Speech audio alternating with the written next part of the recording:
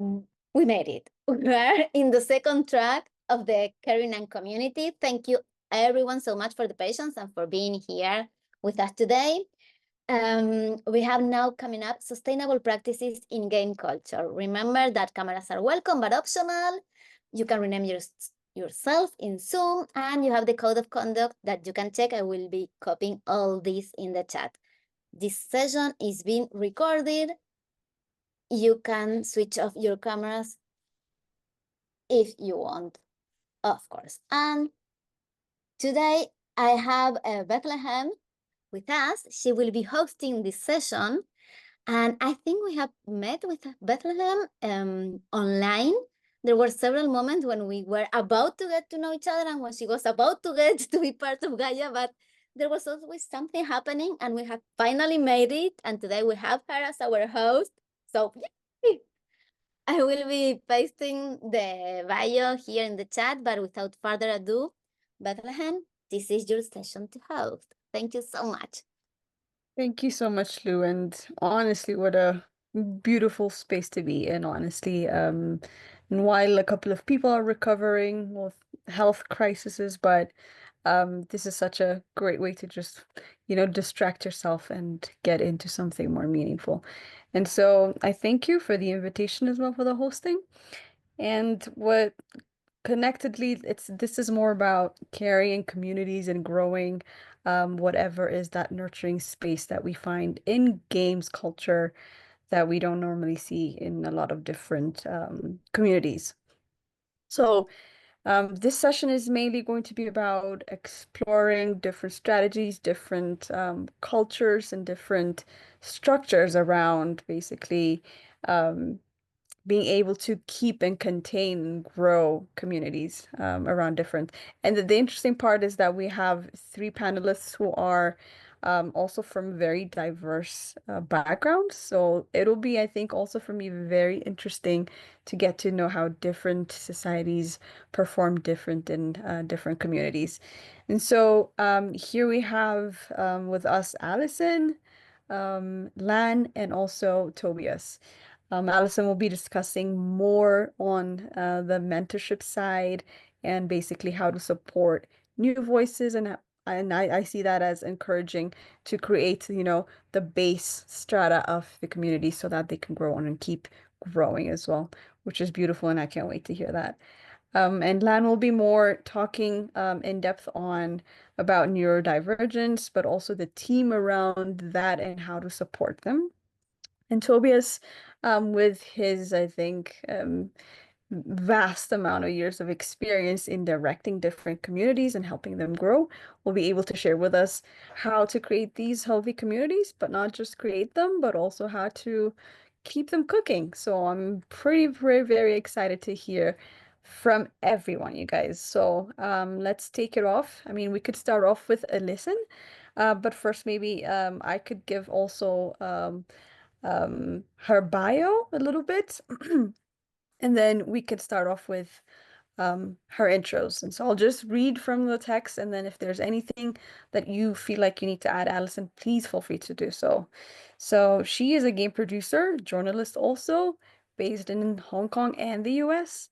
And you usually can find her designing like games or games experiences and curating game-related exhibition while also doing research and media pieces on games and gaming, particularly in the Asian context, and also teaching courses in universities. So, Allison, we look forward to hear from you. Thank you. Let me share my slide here. Yeah. It's on, right? Mm-hmm. Okay, so thanks. I'll start. So today I'm going to talk about mentorship and game community. And I think as many of us here, we carry a lot of jobs, wearing a lot of hats because we like to do it, also because sometimes you just find yourself doing it. And when we're doing all these things, if you're the backbone of the community or the program or the little project you're working on, you're usually very alone, working with younger people, a part-time person, and you have problems and you don't know who to ask, where to seek help. And I was usually on the giving end, but for the past 2 years, I happen to be in the mentorship circle a lot, assuming different roles. So I thought it's quite useful and supporting for me and the people I met. So I want to share my experience during this process. So these are the current 3 mentorships I'm involved with. One is about game, the other 2 are more writing. So on the upper left side is a game community called She Got Game. It's basically Swiss Cultural Council funded this program. They found mentors who are women and trying to help other younger junior women developers or designers. And the other 2, for this one, I am functioning as a mentor. And below it is a journalism foundation. It's a journalism foundation for journalists of colors, and that shows how they would support each other, the main population or demographic. And this year I'm a mentee, so I was paired with a mentor in the process, and it's really, really life-saving in a way for me. And the last one is the media I work with. I designed and run a feature writing program, which is also the mentorship. So for that part, I'm both a mentor, but also a designer for the mentoring program. Very easily, you can understand it. That's like a very good official definition of what a mentorship is a relationship between 2 people. And sometimes if you have a good organization running it, it's a bigger relationship. There's a structure of community of different mentors and mentees. And the center is always located on the student, on the mentee. If you are the person you want to grow, if you are the mentor, you want to help them to grow, to learn.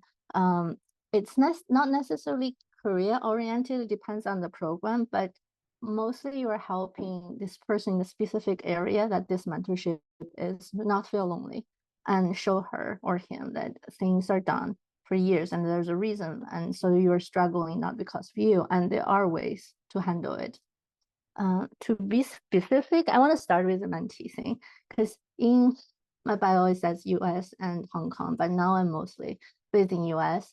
I recently moved to Philadelphia, hence the statue. So it's a transitional period for me as a new country. I still want to do a lot of community work, but I have to build community from scratch because I haven't found anything game related or game art related here in Philly. If you know any, please tell me. And I'm also starting a new project. I want to do games for newsroom, like a pipeline thing. These are the dreams, but I really don't know how to do it specifically in the US context. And luckily, because of the journalism program, I was paired with this person, John Nabiki. He has nothing to do with game, but he's a veteran journalist and founder, sponsor, programming person. He knows how it works. And he's interested in what I do, but he doesn't really know how to do it. And that's okay, because that's my job as a mentee. He already offered a lot. We meet monthly or 3 weeks. This mostly is to build momentum, but also I feel like this is a personal project. There's someone who's witnessing this. So I'm not only doing it alone, it's real. It's not something I can postpone forever. Also, he has extensive networks and insider knowledge, like how American works, private funding works, organizations works, and we build roadmaps. We revise it all the time. It's quite helpful. And again, because we're both immigrant, so there's personal struggles. He can very well relate to, and he can actually give me tips ahead of time. It's very tailored. Most of the mentorship should be, and you on either end should talk frequently and redesign it, regardless what the program says. It's yours, and you can do it. It's the most effective way. At the same time, really at the same time, I'm functioning as a mentor for this women game developer supporting program. They hired many people, and usually one person would have one or more strengths. Mine lies in these things, and they would pair you up. I think it's a two-way choice. Like someone would choose you, and it's like dating. You happen to choose them too, and you meet, and there's a game they're working on. So these are my specialty in a way. But throughout the process, I realized, like I said, it's very personal.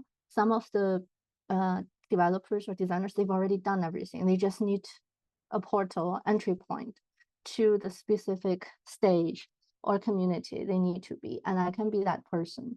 And for some people, they're really new and young, and they're struggling with a lot of things this year, especially like job unemployment, or very specific like mental health problems.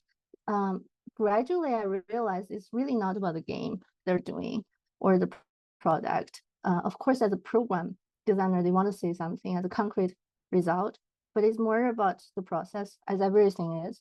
And you be there and you talk and you listen, you are actively listening and trying to anticipating what's happening or reviewing. Just being there for them is a lot. For the past year, I also took this role.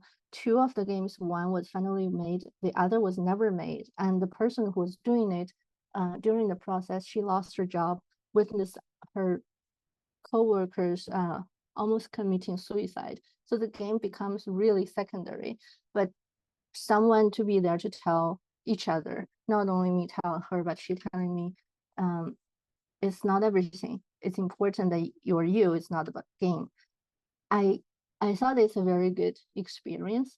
But lastly, like when I'm a designer for the program, there's a structural level of institutional level of things. I found this quite helpful for any kind of organization, but probably game, because we don't have mentorship a lot. But there's a lot of problems. So as a designer, when you have the resources, you can locate need and community. There's a need, there's a very strong need. It's just people didn't know they're not alone in this, and we can do something about it. And why do I need to restart? And then, yes. The other thing I find when being a mentor, this could be done better, is like a community. Mentorship is usually one-on-one, but usually mentors are also assuming a lot of responsibilities in other lines of work. So once you have the luxury and the capacity to structure a program, try to think as a school, like you don't have one-on-one, you have multiple and multiple.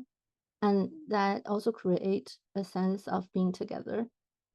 Facing problems together and handling problems together. That's quite important. And lastly, and I think I repeated again in the previous session, it's really not about a job or a product, it's the journey and growing together or helping the other person to grow. I hope I didn't use too much time. That's all I prepared for this. Thanks. Thanks so much, Allison. Not too much at all. But I mean, so we can go directly towards our next panelist, Lan, and then maybe we will continue having her bio in the chat as well. So maybe Lan, I'll give it up to you so you can start off with your presentations as well. Thanks, Allison. Sure, thank you. All right, I'll share my screen. I'm gonna do my best to hustle through this. Don't hustle too much, Lan. I just want to say your mic is kind of going low and high a bit, so Oops. I'll let you know if it continued. But yeah. Is that better? Sounds great. Yeah. Okay. All right, everyone can see my screen. Everyone can hear me. All right. Okay, hi there. I'm Lan. I'm a game designer and community organizer from Vancouver, Canada, and I'm here today to do a really quick overview of neurodiversity, aimed at providing a jumping off point for those who haven't had the opportunity to consider this paradigm shift. So the neurodiversity movement argues that the ways our brains can be different should be viewed as a natural variation in our experience rather than a medical problem. Today, I'm sharing some things that help me accommodate neurodivergent people in spaces that I am in without them having to tell me that they're neurodivergent. Most people don't know if they are or not. The information isn't widely accessible, or they might suspect that they are, but not be able to receive an expensive diagnosis. Or if they do know, they might still not feel safe to share that information and be masking their neurodivergent traits because they don't feel safe, which is also too common. So I just kind of assume that maybe something might be there, and I find that that really is helpful for me. This talk is aimed at broadening understanding about neurodiversity rather than at providing access into spaces. I just don't have time to cover both. And I find that having some knowledge that many things that are taken for granted can be a struggle for other people. Just having that knowledge can be really helpful with understanding, accepting, and supporting people. So the first thing I was going to talk about is something called executive function. This describes cognitive skills and mental processes that allow you to do things like focus and stop focusing, absorbing and remembering new things, ignoring distractions, and activating to start a task. All of these things really change your relationship to time, and time is a really big part of how our world has been designed. I chose this image because this is very much how it can feel to be stuck not doing something that you want to do. It's not easy to find images for these concepts, so I hope these are going to land okay. Anyway, some of the things that I try to do when working with others on an event or project is be as flexible as possible. So sometimes things need to start on time, but sometimes they don't. People can slip in or catch up later. And if I can make space for this, I do. Communicate in clear language, also simple language, and follow up if I suspect any disconnect at all.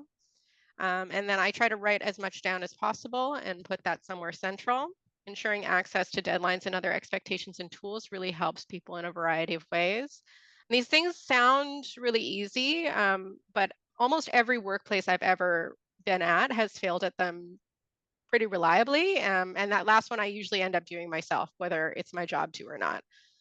So it's worth stating, I think, as a general rule. The second thing I wanted to talk about is sensing and processing. Not only is time not the same for everyone, but neither are any of our senses. We're aware of sight, smell, hearing, taste, and touch, but there are 3 lesser known senses that you can have a high or low sensitivity to. Proprioception, which is awareness of things outside our body. Interoception, which is awareness of internal body states like hunger or thirst, and our vestibular sense, which is a sense of balance. People can have a high or low need in general for stimulus, and they can be overwhelmed by either. And I find simply believing people when they tell you they have a sensory need, even if you can't accommodate it right away, can be really affirming, especially for people who are used to being questioned about these things when they do choose to share them. This is one that I think is not as well known, but there's something called autonomy needs. A lot of neurodivergent people don't recognize hierarchy in the same way that neurotypical people do for a number of reasons. And if you have difficulty perceiving hierarchy in our world, you can get into a lot of conflict. This goes along with something called demand tolerance, as someone who is higher in a hierarchy can demand things that would be a request otherwise. Some people have a nervous system response to this. And I find consensus-based decision-making techniques like posing a problem to be solved and working on it as a group rather than coming up with a solution and directing based on it can be incredibly useful in equalizing distance in a hierarchy. And the last one I wanted to talk about is emotional intensity, just really briefly. Neurodivergent folks are often challenged on their relationship to emotion, whether they feel above or below the accepted baseline.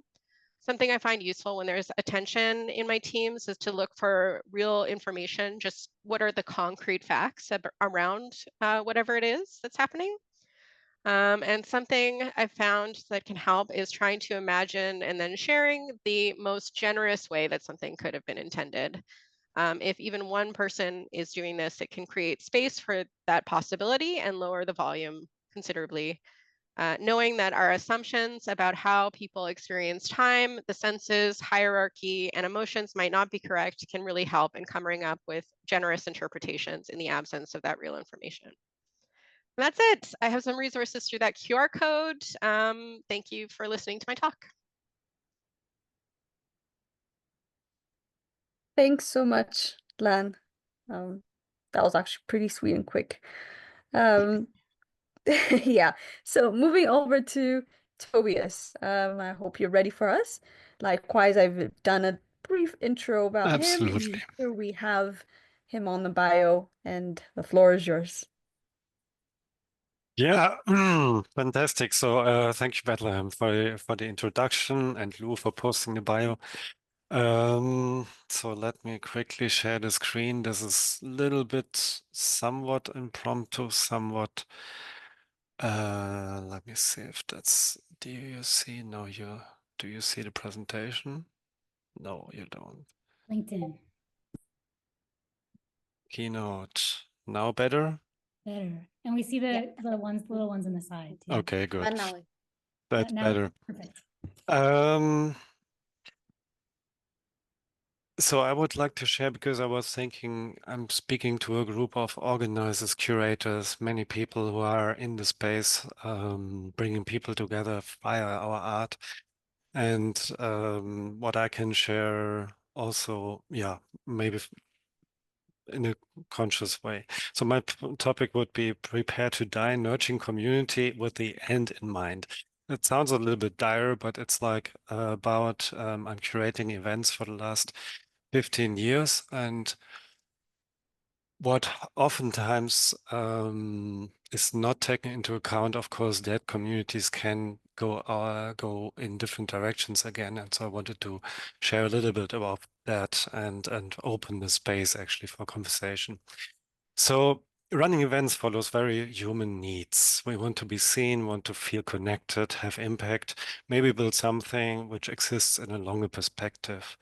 And as we are the ones who curate events or create events, touching people and bringing together via art, games, and temporal community, we are very much entangled into the addictive power of events, also for us. They challenge us, reward us, make us feel loved and loved, sometimes the contrary. They let us step out of our comfort zones and into roles of self-leadership and team leadership eventually. And if this goes well, we create enthusiasm and community which bubbles up in regular cycles every year, or it surges and culminates around a series of very unique events.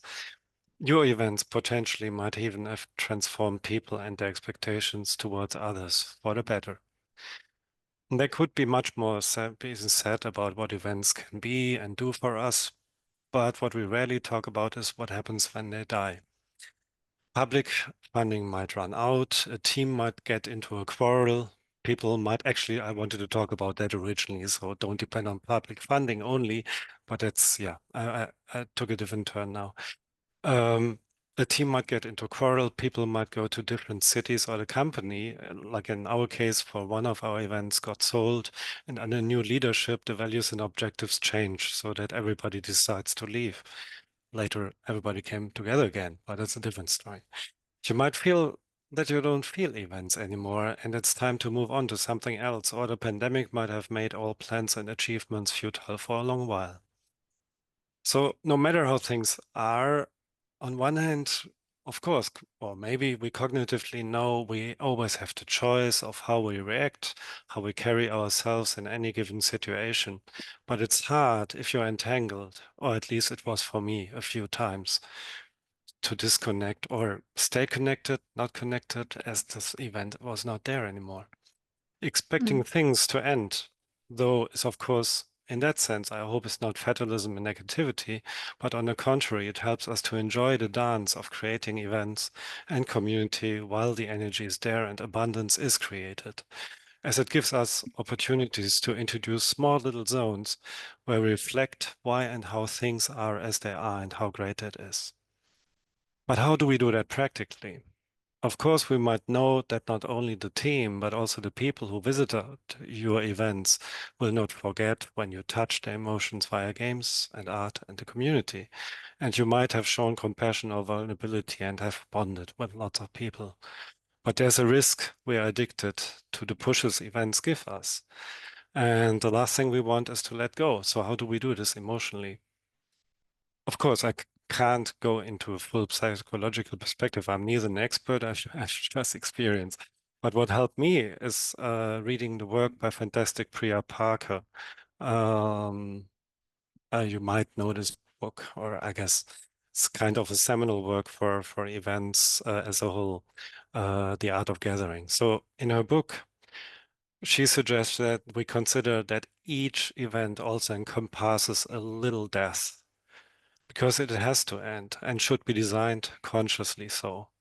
As when we intentionally plan and design to disband again, it results that we don't feel alone in this.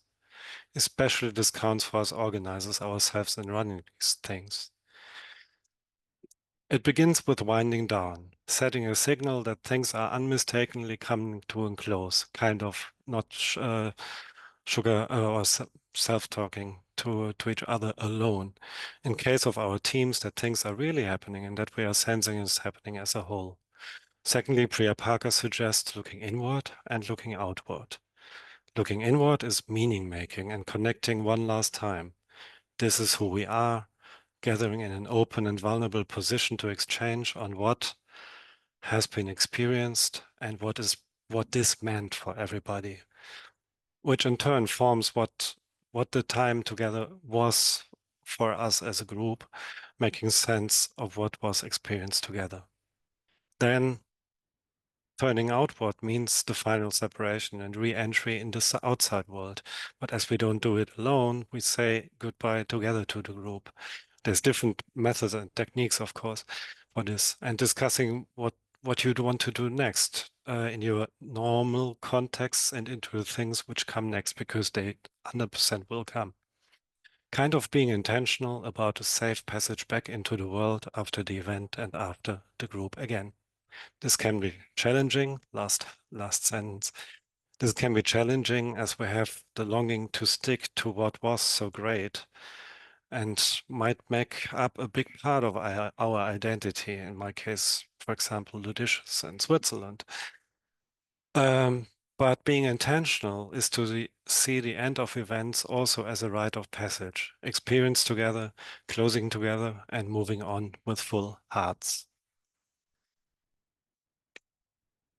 Yeah. Thank you so much. Many thanks, Tobias. I mean, yeah, out of words, basically, right? This was such an interesting gathering. But I mean, so we can open up now the session for the audience as well to interact with the panelists, but also the panelists can interact together.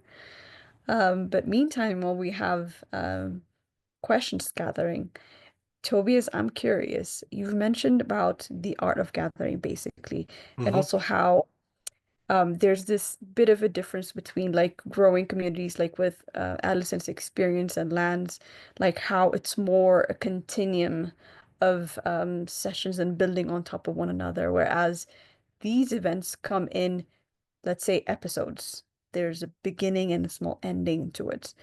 But at the end, the goal is still creating these communities. But would you say that you'd see impact more effectively or more quickly in either of the formats? Where is it that the souls or the hearts are touched most, if there's a difference to you? I mean, it's so different which community runs an event. If it's bottom up, top down, a mix of everything, each community has its different history. And I think finding the right way is, you can't put it in one way. Also, what means like so I mean, having an end in mind, of course, it should have a beginning in mind first. Why we come together. That's much more, of course, important. But as we don't talk about the end, I thought wanted to shed a light on that. Because oftentimes, as organizers, we are so driven by bringing people together. I mean, maybe I'm projecting, of course, or for surely I'm projecting, but we are. The thing is, like you said in the beginning, or Allison mentioned in the beginning, it can feel lonesome. But also, if you do things a long while, if you're in charge of communities and leadership roles, then it can be also lonely, because you can't that easily share actually this what you miss when things have moved on. And being intentional again, opening up. Yeah. I'm not sure if I answered your question, but. No, yeah, that makes sense in different formats as well. And I might have one more question and then one more for Allison. if we don't have one more from the audience as well. I mean, so I've been in this space doing different sorts of curations, but also workshops and helping capacities grow. And I find it with other curators as well, like it's usually a creative input where they usually look for space and time where their minds light up to create that amazing event, that amazing one spot that just, creates a huge buzz in the community and then it vanishes, right? And so but then the challenge becomes that like at certain points, if they haven't find that certain click to find that right event or that right connecting dots that make up these beautiful events don't happen, or these gatherings just, die out and glimmer of hope of finding these connections. So what would you say to curators that find themselves lost in trying to find the perfect dots to connect? That there's no shortcut. Whatever I've seen in true community-run events is it's incremental, small steps. I've never seen. I mean, there is the big marketing events which then have a million budget, etc. But that's completely that's another world. Yeah. It's not. That's like fill a big stadium, and even there you don't know. Let's say for esports, sometimes it took them 20 years to build a community, and now it looks like it was always there. It's not. And so I would say it's the small incremental steps. And on that end, it depends 100% on. Actually, these days, I believe even more in volunteer run and bottom up things, because as we know, motivational psychology, actually, we work better if we have a personal incentive and that do not get paid by it, or at least are not incentivized mostly by it. Not to put the starving artist as a, I mean, we have to live by something, right? But in terms of events, community, it's really tough. If I want to nurture that in the long run. And so I would, small incremental steps, there's no shortcut. And the other is whoever starts, try to nurture intrinsic motivation. Right. And I've seen it in the demo scene work for 30 years or 35 years. And there the ethos is no one gets paid ever for anything. Mm. And if you would, then you can't even make derivative works. Of course, for Gamescom that's different, but that's a different logic. And even there, you can build within the bigger things. You can build communities, like many do in the arena booth, etc. Yeah, see it grow together, right? Yeah, brilliant. And maybe quickly, Allison, you've mentioned about, let's say, mentorship and co-creating together with people, looking at their goals and seeing them grow as well. And so I wonder for you, so in different circumstances, people have different ways of giving these services of mentorship. And one way I've seen a lot is that you do base mentorship, which is basically you allow new voices and you give them the space to kind of find their own path. And then afterwards, they're on their own trying to figure out what is best for them, basically, after the first initiation. And then there are areas where sometimes like um, the mentors also help these people grow throughout different stages. So the mentors don't depart, they stick with them throughout their journey, basically, and they go on building these friendships, but also career-wise as well, they kind of help them grow into the industry and together. So that kind of creates these smaller communities on its own. So maybe have you seen these different aspects being a need? Which one you see it being more helpful to different of the communities that you've had interactions with? I feel like by nature, it's very personal, and usually it grows into like a teacher, student, prodigy, or maybe later colleague in the same industry thing. And it's nice. For instance, in newsrooms, that's very typical. most of the interns are growing like mentees, and later they would stay in this newsroom if there is opening, which is not the case now. And then they become more senior and senior, and they become one of you. But what happened now, especially in the economy now, is, like I said, there's no such luxury in an organization. So it's usually a third party. It's someone who's like an organization inside the same industry, but it's not the one who's hiring or who's in need of new young talent to finish more work. It's pretty nice in a lot of ways once it's not more work oriented. Like you are in this program not because you need to finish something for the employee or employer, yeah, who funded this thing. And the second is people who are assuming the role of mentees are usually very friendly, kind people by nature. Without structured things, they would already pour their energy and hearts out, and they could easily burn themselves out. So that's why I really like this third-party structured, compensated mentorship thing, compensation for both the teacher, the mentor, and the mentee. You don't feel you're still helping, but also your time is treasured, and you can you also work on a very professional level. It's not based on your mood or your capacity because you made a promise. And that also functions for the student, because usually they are also working 2 or 3 part-time jobs.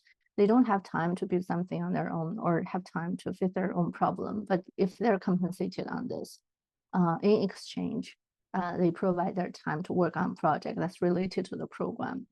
I think it's a pretty good deal. Yeah. Yeah. Very cool. Thank you. I mean, so one thing that I would ask Lan maybe is until if someone else has a question in the chat box ready, that I would like to change it a little bit up and ask Lan to ask a question to any of our panelists. If you have anything in mind now. Oh, I did have one earlier and I was listening and now I've forgotten it. Oh.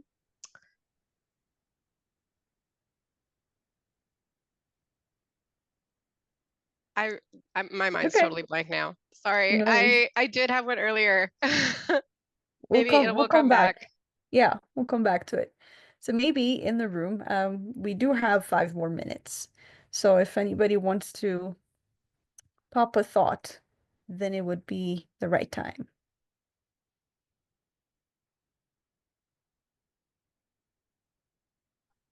Can we speak our questions, or do we have to type them? I think it's fine to ask now. Since we have 5 more minutes, then we would take you, Sita, and then maybe Lan, if we come to the question. Yeah. All right, and hi, Sita. How are you? Good, good. All right. So my question is for, I guess, anyone on the panel. But I think I do also want to ask Tobias specifically, because I think when I asked, it's similar to a question I asked at the very beginning of Gaia. We have people who are in communities where they only see, maybe due to circumstance, they're only seeing games from the business perspective, the they're not seeing the opportunities to create, even if it's that's what they want to do, they just want to try and make a game to make money, but they haven't seen the opportunities of exploring the art side of games, or they haven't been given those chances. How do we connect those communities? Yeah, I don't know if I'm making sense. How do we connect those communities to the art games communities and just connect them to smaller spaces that offer these things?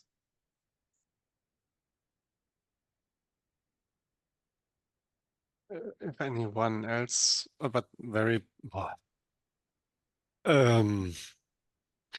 there's first is of course to acknowledge that these different interests are there and they're legit, I guess. And then, I mean, there's the thing is, as a coach, I would say the thing is we can't change other people. We can only put something into the space that they maybe find, yeah, but yeah, that sounds very simple. What we did at Ludicious was, for example, and because that was very much in this triangle between tech art and very much the art university, it's at HTK as partner, ETH. So, but it missed. There was a different side. The art side was there, but it missed the business side. The people had a challenge. Yeah, running companies to live from it. And there, let's say then the exhibition helped showing what games can be. And then the matchmaking was then for the business side, but it was still in the same part, right? So people were in the same space and then it changes already the conversation if you bring that together. But yeah, I mean, maybe someone else has questions. I could talk about this for hours. Or ideas, mine. I mean, no. I have one thought on that subject, if we have a second. You can make it quick, yeah. I just wanted to say that one way to connect the art and games folks that are out there, it's like you can, and you might not have the resources to do this, or for whatever reason you might not be able to, but starting some kind of small lo-fi event and just saying out loud, hi, I like video games and art, is unexpectedly productive sometimes. We did that with Heart Projector. We just got a bunch of laptops and a room and said, hey, come play some experimental video games. And it worked really well. People came and they played them. And I think it's a harder thing to talk about sometimes than we hope, to just say that out loud. But when you do, and I had to go through this, I couldn't find my community, and it was really, really kind of painful at first to say that out loud to people, but it helped me. So I just wanted to say it out loud here and say, if that helps, hopefully. Yeah. And I did think of my question, but I know we don't have time now, so I But will I ask it to them later. But I definitely can only second what Lan says, because just speaking up and that actually this position is there already changes things. Because you always assume that A is business people and the other is not. But when we did Covades in Games Week Berlin, people always, a fraction of these went to a maze afterwards, and you wouldn't have assumed. You had no clue who shows up or not. Could have been even Shuhei Yoshida, ex-head of Sony by the time, and you had no clue what people actually don't have Yeah. fulfilled in themselves. I know your question is different, but you don't know actually. So Yeah. I mean, I feel like the room is just getting heated and like I think everybody now can go on for another hour. But hopefully we find a different session to do this actually and get into deep details of it. But meantime, since we're running out of time, I would love to thank everybody to initiate this curiosity that has been poked in everybody, I think now. And it's just only the beginning, hopefully. And so thank you, Tobias. Thank you, Lan, Allison, and also for the questions, Sitha, and everybody who joined the room here. So much respect to everyone who's always, nurturing these communities. So thank you, guys. Thank you, Lou and Marie as well. And we are out.